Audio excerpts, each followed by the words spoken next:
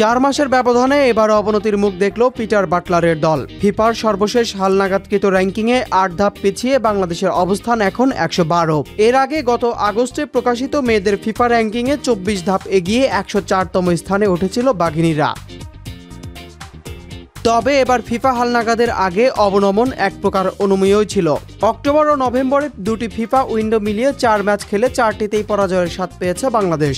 অক্টোবরে থাইল্যান্ডের বিপক্ষে প্রথম প্রীতি ম্যাচে 3-0 গোলে হারের পর দ্বিতীয় ম্যাচে 5-1 গোলে হারে লাল সবুজের মেয়েরা। এদিকে গত নভেম্বরে ঘরের মাঠে আজারবাইজান ও মালয়েশিয়াকে নিয়ে ত্রিদেশীয় সিরিজ আয়োজন করে বাংলাদেশ ফুটবল ফেডারেশন। প্রথম ম্যাচে মালয়েশিয়ার কাছে 1-0 ব্যবধানে এবং দ্বিতীয় ম্যাচে আজারবাইজানের বিপক্ষে 2-1 গোলে হারে স্বাগতিক মেয়েরা। টানা 4 ম্যাচ হেরে খোয়াতে হয় মূল্যবান 12 রেটিং পয়েন্ট। এই 4 ম্যাচে 11টি গোল হজমের বিপরীতে মাত্র 2টি গোল করতে পারে বাংলাদেশ।